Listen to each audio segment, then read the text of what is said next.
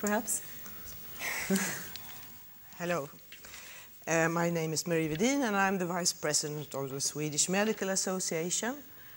And as such, I was yesterday, I just came from Visby because yesterday I was with the Association of Gynecology and Obstetrics. And we talked about the same gender issue, but the thing is that the female in gynecology in my age, they came into the work with the problems like the ones I've experienced in my life, but now they have a situation where the male, they just made an enquete among the young male gynecologists, and 65% of the men felt negatively treated because of their gender, and mostly because of stereotype way of talking, and also because they have to leave the room when they meet their patients. So in gynecology, the female has seen it their way first, and now they have to see it from the reverse side. So the issue is very exciting, I think.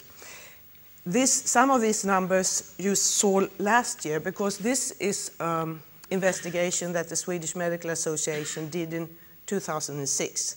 There were 10,000 doctors were asked and 5,000 answered. And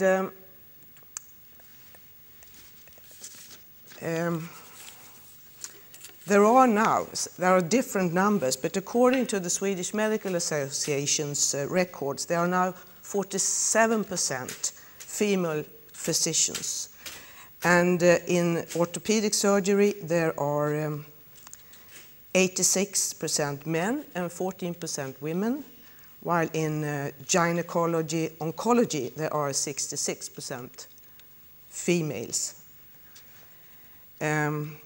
So from both sides, we wanted to find out why you choose the specialty you do and why you choose another specialty. And women rated the most important factors the same way as the men did. It's personal interest, it's great variety in work content, large quantity of personal contacts with the patients, good control over the working conditions.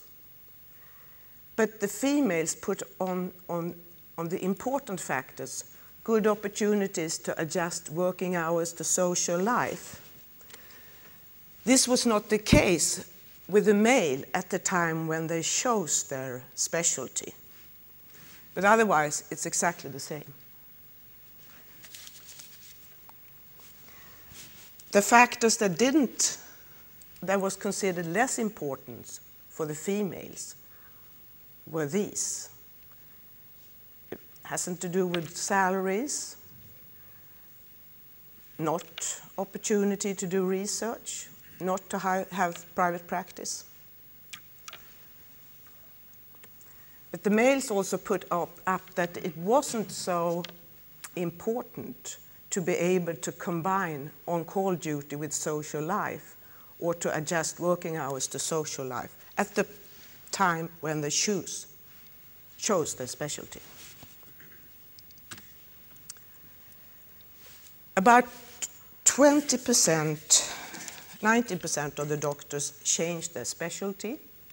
And I will tell you later the orthopedic numbers, but these are for all the 5,000 that answered.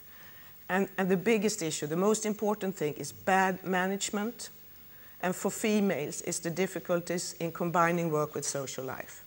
Too long working shift, limited opportunities for your own professional development, too psychologically strenuous working condition, don't like my work, too little time, too much to do, limited career opportunities.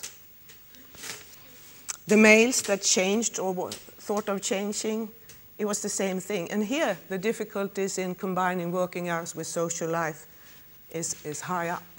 So therefore, I think it's a kind of, when you choose your specialty, you don't have children, and after a few years, when you get children and you come into the specialty more, you realize the difficulties in combining working hours with social life.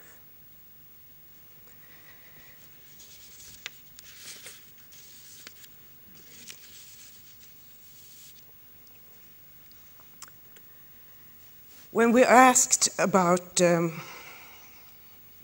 working life, there was a big difference between how women felt and the male felt.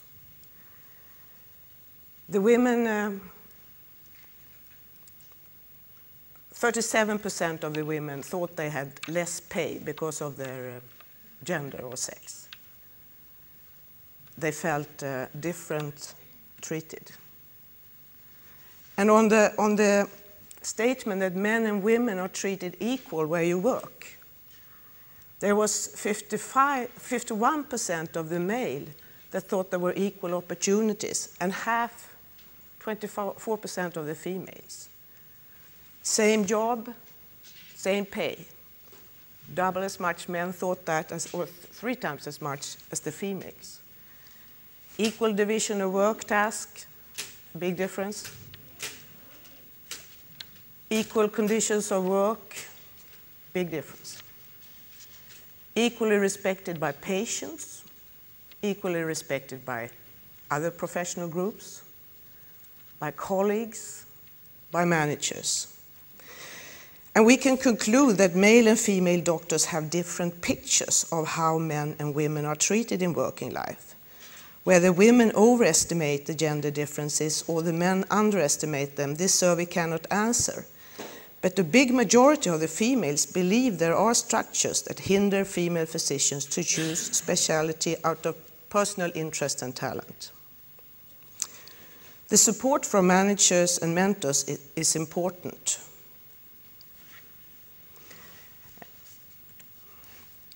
And also, I will also just read from out of this material, there was 160 orthopedics that was answering. And on the question, are you happy with your choice of specialty? All the men were, and almost all the women. It was just one that wasn't. And on the question, have you considered to change? There was 90% of the men that had considered to change, and 24% of the female orthopedics that had considered to change in this 50% material. And why? It was again leadership and bad conditions of working life. And now I wanted to just read a few quotations, a few lines that they have written, but in Swedish, unfortunately. On the question, finns det strukturer och villkor i din arbetsmiljö som hindrar dig från att fritt välja specialitet utifrån personligt intresse och lämplighet? Så säger en kvinna så här, ja absolut, för min egen del var detta inte tydligt under utbildning. Jag kände mig stark och fri att välja det jag tyckte var intressant och roligast. Men ju längre jag kommer, desto tydligare blir det tyvärr. Inga könsdiskriminerande eller andra diskriminerande attityder är ju politiskt korrekta och uttalas aldrig öppet. Men det finns så otroligt mycket och ofta ganska illa dolt. Cheferna och de informella ledarna är mycket viktiga när de sätter ribban för det här. Det lilla som uppmärksammas ligger ofta åtgärden och fokus på att kvinnorna, om det är nu de som är i underläge, ska bilda nätverk och stärka sig själv. Men det är ju inte det som ska ändra på sig. Det är ju inte de som ska ändra på sig. Det är ju resten som måste förstå att det är en annan tid nu. Insikter som kräver djup självrannsakan och självinsikt. Och så är det en annan kvinna som säger så här, jag jobbar så många, vilket kunde förstås gälla en man också. Jag jobbar så många timmar per vecka att jag inte hinner med min sambo, vänner, familj och släkt. Jag funderar på att byta specialitet eftersom jag inte skulle kunna ha barn och jobba så mycket som jag gör. Det är synd eftersom jag samtidigt älskar ortopedi och allt annat skulle kännas som ett nedköp. Med det vill jag inte lämna ordet till Lennart Landin än, men han kan få svara på det sen så småningom. Tack så mycket.